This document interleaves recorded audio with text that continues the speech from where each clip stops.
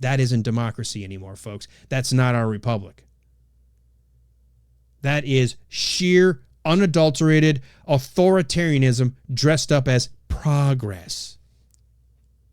It's not about representing Americans and American values. It's about gaming the system so they can impose their elitist worldviews whether Americans want them or not. Heading into the midterms, folks, understand that's the choice they've made. Not to be a strong, competitive, ideas-driven party that earns the trust of working families, but to become a permanent ruling class that uses every lever of institutional power to maintain control. And that's why I'm okay being a little giddy about these latest court cases, because these court losses matter.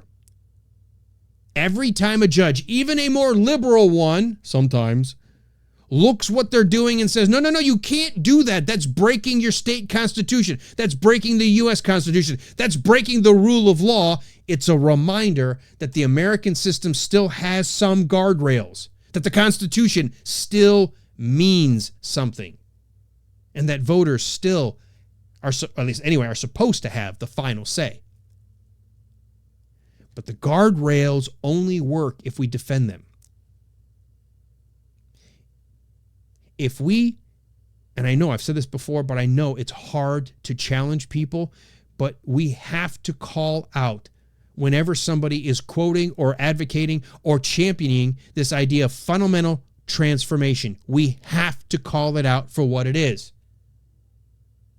Because if we refuse to let them rewrite the rules while pretending they're still the party of Bill Clinton, if we refuse to let them rewrite the rules, they're not going to be able to get back in power.